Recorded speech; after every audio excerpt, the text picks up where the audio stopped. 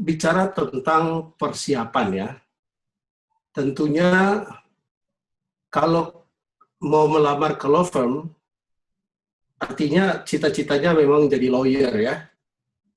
Untuk menjadi advokat itu harus orang yang punya passion menjadi advokat. Ini jenis pekerjaan yang tidak pada umumnya gitu ya. Bukan jenis pekerjaan yang 8 to 5, masuk jam 8, pulang jam 5. Bukan seperti itu. Jadi kalian harus kenali diri kalian dulu, apakah saya ini memang punya passion, karakter saya cocok nggak sih untuk bekerja di bidang ini? Karena itu menentukan jangka panjangnya nanti seperti apa. Orang pintar secara akademis belum tentu juga passionnya menjadi advokat gitu. Karena ini sesuatu yang berbeda. Oleh karena itu persiapan yang pertama menurut saya, kalian harus bertanya sama diri sendiri, apakah advokat adalah profesi yang akan saya geluti atau tidak, gitu kan?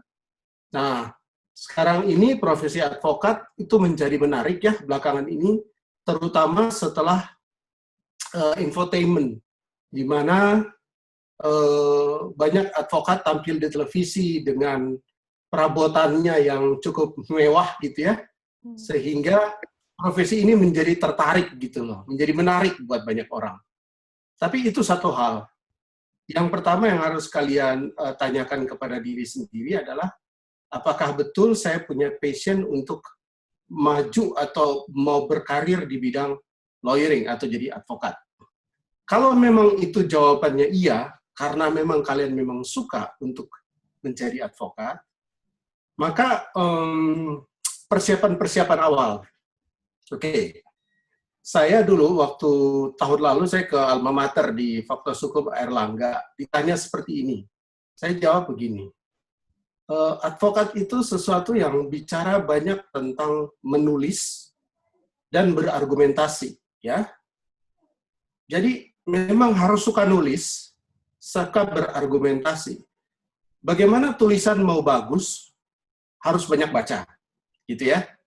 Harus banyak baca, referensinya ada, sehingga tulisannya itu bermutu gitu.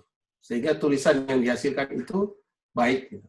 Nah, jadi kalau bicara tentang persiapannya, pertama kan kantor hukum apa yang mau dilamar oleh kalian setelah nanti lulus gitu ya. Karena kantor hukum sendiri itu kan bermacam-macam ya. Ada corporate law firm, ada litigation law firm, ada yang corporate tapi spesialisasinya lagi lebih spesifik, ngurusnya capital market. Dan ada lagi law firm tertentu yang memang IP aja, permainannya intellectual property rights saja. Nah, itu semua memang sudah ada spesialisasinya. Tapi ada juga law firm besar yang biasanya berafiliasi sama asing, mereka itu punya dia sebut practices area ya. Jadi di situ ada litigasi, ada corporate, ada IPR, ada capital market, dan macam-macam gitu.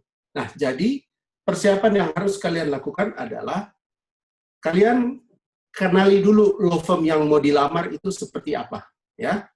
Kenali dulu. Sekarang zaman sudah mudah. Tinggal masuk ke website, kita sudah bisa lihat, sudah bisa kita belajar itu. Oh, ini law firm jenis apa ini? Jadi ketika kalian masuk di situ, nah tentu kalian sudah ada gambaran ya tentang law firm seperti apa yang akan saya masukin itu. Nah, kalau kalian masuk misalnya tertariknya di corporate, bekali dirimu dengan hal-hal terkait corporate. Contoh, kalau corporate pasar modal, pelajari itu prospektus. Siapa sih dalam prospektus itu, dan kemudian ketika mereka IPO kan ada pengumuman itu di koran. Siapa law firm yang menjadi penasihat hukum untuk IPO tersebut. Nah, jadi begitu interview, terus kalian bilang misalnya ya, contohlah sebut salah satu law firm gede di Jakarta ini, AHP bilanglah, atau HHP, atau HBT. Misalnya mereka yang tangani IPO satu perusahaan yang go public. Kalian baca di koran, Nah, ketika melamar ke situ, kalian kan langsung bisa bicara tentang apa pengertian kalian tentang IPO, dan sedikit banyak kalian bicara tentang prestasi kantor itu gitu ya. Sehingga yang mewawancarai atau orang yang akan terima itu, mereka akan melihat bahwa, ini orang ini punya perhatian juga, ternyata dia cukup paham ya, walaupun masih mahasiswa tingkat akhir atau baru lulus, tapi dia udah sedikit banyak ngerti tentang apa yang kita lakukan. Ketika kalian bicara tentang dalam tanda petik prestasi atau pencapaian kantor yang kalian lamar, di situ ada nilai tambah sebenarnya, bahwa kalian sudah punya niat dan perhatian khusus tentang bidang yang mau kalian lamar itu. Jadi tidak blank atau kosong seperti orang yang misalnya gini, ya udah deh saya mau kerja di bidang apa aja pokoknya saya diterima gitu loh. Nah kalau gitu kan beda ya, artinya itu kurang begitu menarik buat orang yang menseleksi gitu. Nah persiapan berikut itu saya kira standar ya, persiapkan tentang CV, surat lamaran, dokumentasi pendukung. Nah, sekarang ini sudah banyak, dari internet bisa di-download itu, macam-macam cara bikin CV yang bagus, resume, dan juga lamaran, dan dokumentasi. Nah, aku sarankan, buat terutama yang masih semester-semester akhir, rajin bikin tulisan. Kemudian kirim apakah itu di, katakanlah hukum online kah, di Lawyer Muda, Klik Legal, tulis analisamu tentang perkembangan hukum yang ada sekarang.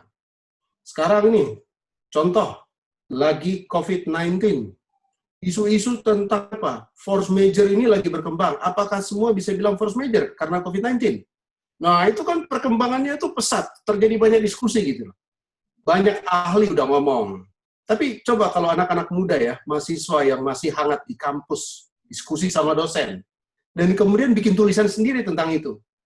Nanti ketika kalian lamar, kalian tunjukin kepada perusahaan atau law firm yang kalian lamar itu. Ini loh, saya sudah bikin tulisan tentang ini. Harus pure ya, murni yang bikin sendiri gitu. Dan kalian bicara tentang produk yang sudah kalian hasilkan. Jangan pernah merasa bahwa, aduh kita masih mahasiswa, masih baru lulus, nanti tulisan kita nggak oke atau diketawain oleh senior-senior lawyer. No, jangan punya mental kayak gitu. Justru orang yang berani nulis, berani mengungkapkan pendapatnya, itu modal besar buat kita sebagai calon yang penerima tenaga kerja. Karena ini kan berkaitan dengan percaya diri untuk nanti berhadapan sama klien seperti apa gitu ya. Nah, jadi perlu sekali membuat tulisan. Nah, jadi itu sesuatu yang penting. Kemudian biasa CV. CV banyak formatnya. Resume. Nah, resume itu agak beda sama CV. Jadi di resume itu kalian bisa bikin, kalau CV itu kan bisa 2 lembar, bisa 3 lembar. Kalau sudah banyak kegiatan, semua kegiatan nggak apa-apa, ditaruh aja. Kalau resume itu kalian bisa bikin 1 lembar, misalnya, strong point kalian itu apa gitu. Dan itu dimaksimalisir gitu. Sehingga ketika nanti sampai masuk tahapan interview, kalian akan terlihat sangat menguasai bidang yang kalian sudah kerjakan gitu. Contoh, kalau kalian mau berkarir di litigasi, ambil satu topik litigasi, tulis tentang topik itu, dan kemudian di resume itu, kalian banyak bicara tentang apa yang kalian tahu tentang topik yang satu itu. Nah, ketika interview datang, kalian bicara dengan sangat mantap tentang itu. Maka orang yang mewawancarai akan terkesima gitu ya. Ini anak baru lulus, tapi dia sudah oke banget.